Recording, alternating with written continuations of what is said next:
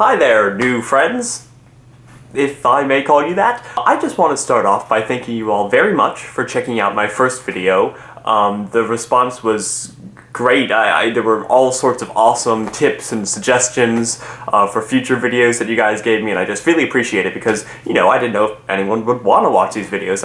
I'm glad that there are people besides myself who do, so thank you very much for that. Now, I've kind of mulled over your comments and what you said that you wanted to see for future videos, and I've devised a plan of sorts.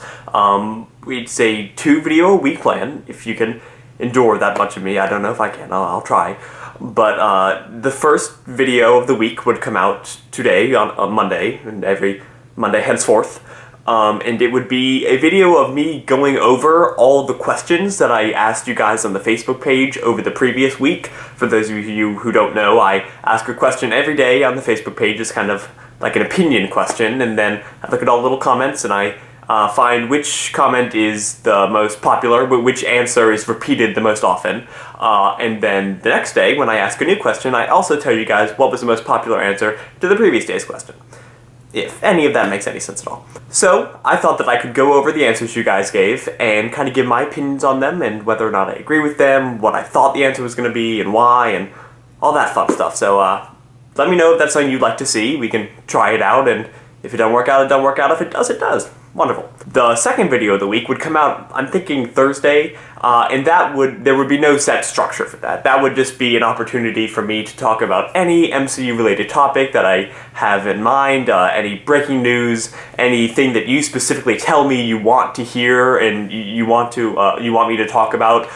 Just please let me know, and on a weekly basis I'll try to please you guys with whatever you want to see, because I'm here for you guys. So cool. Does that sound good? If it sounds good, let me know. If not, let me know.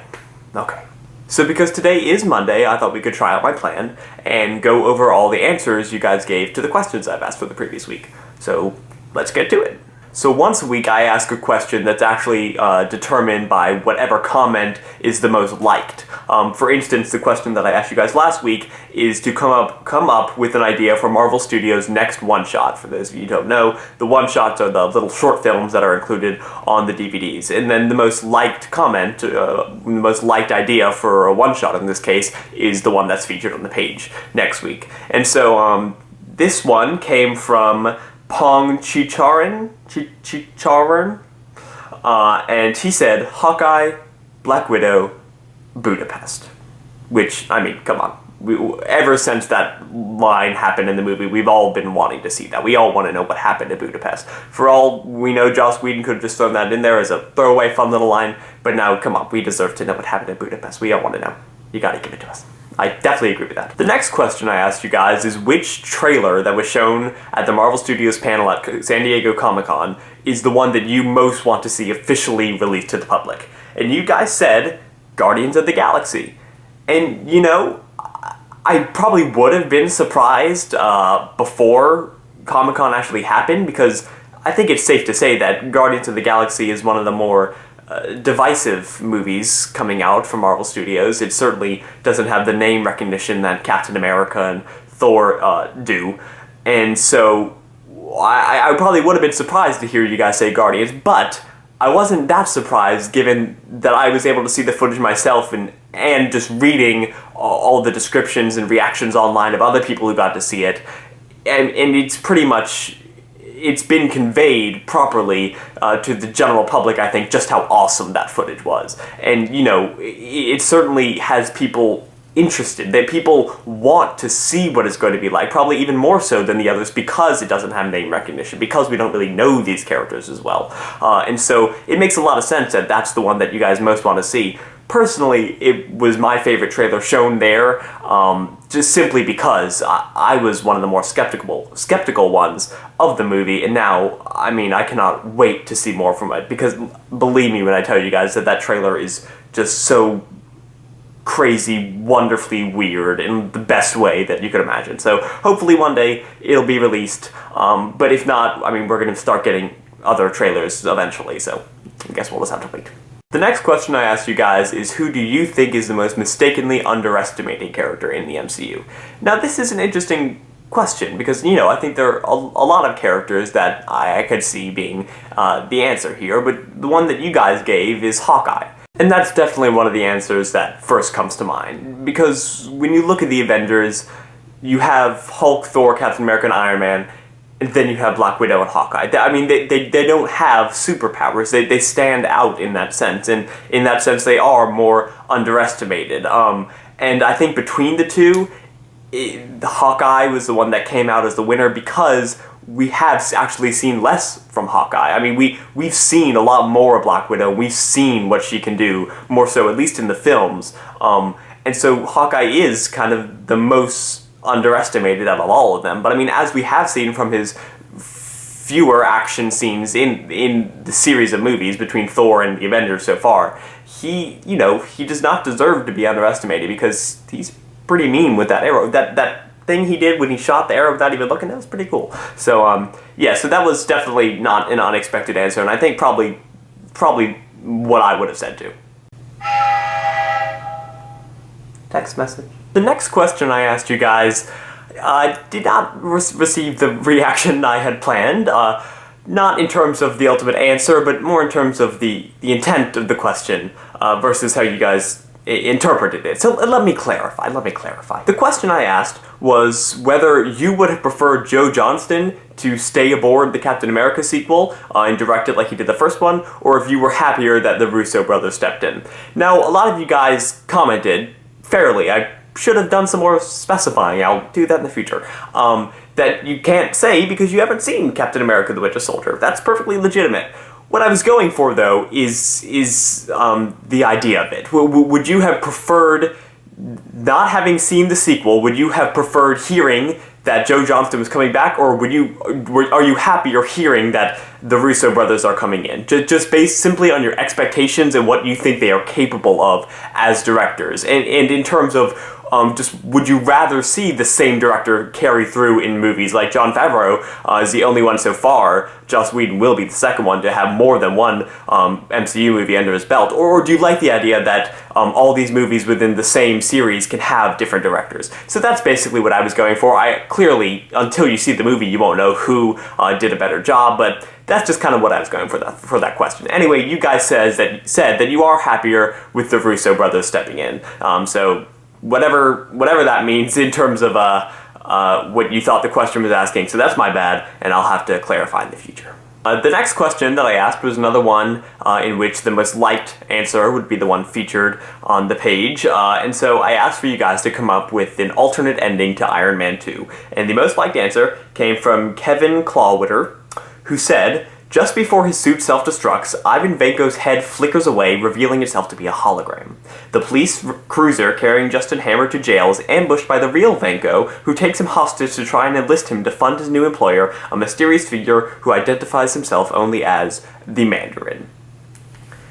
Yeah, I mean, I think that, it's a fun kind of idea, maybe more suited to the ending of a comic book issue than a movie, because to me, at least, that would seem not very conclusive in terms of wrapping up the story that Iron Man 2 was trying to tell. It would seem more kind of like just an ending that served no purpose but to set up the future. It just doesn't seem like it would be very satisfying. And again, this is coming from someone who's a fan of the Mandarin's portrayal in the third movie, so I guess it's not really fair for me to judge based on that perspective, because I had no yearning to see the real Mandarin. I'll do a video on that later because I have some very, very interesting thoughts on that. So yeah, it's fun. It's a fun idea, but one that personally I don't think I would have liked to see. Alright guys, now with this next question, I asked you guys which villain in the MCU has the most legitimate motivation for their cause. And you guys gave the answer that I expected you would give, although I will heartily disagree with you. You said Loki. And half the questions that I ask on the page that have anything to do with villains, the answer is going to be Loki. I mean, you love Loki. I love Loki. He's by far the most popular villain in the MCU. Maybe even next to Tony Stark, the most popular character in the MCU. But the most legitimate motivation for his cause, really? Greed? Power? I will give you this, he's certainly the most sympathetic, I think far and away the most sympathetic character, but that does not mean that his cause is legitimate. at all, or that his motivations are. I mean, I feel bad for the guy, but, you know, he's power hungry. He wants to rule the world. I mean, that's not a very... It's not a great motivation. You know, I don't think any of the villains we've seen so far in the MCU have had a great motivation. I mean, certainly none of their actions were condonable. I'd say the closest is probably Ivan Vanko, just because, you know, I mean, of what happened to his father and how that connected to the Starks. And I mean, it's the most kind of personal motivation.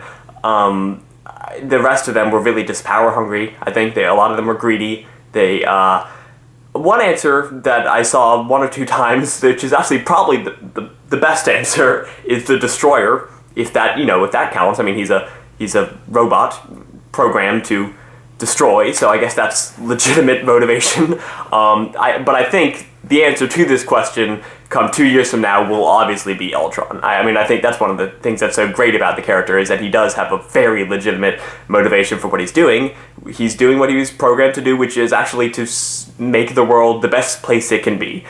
He just has some very interesting methods in which he plans to do that. But anyway, you know, feel free to disagree with me. Tell me why Loki has the best motivation for his cause, the most legitimate one, and I will tip my hat to you.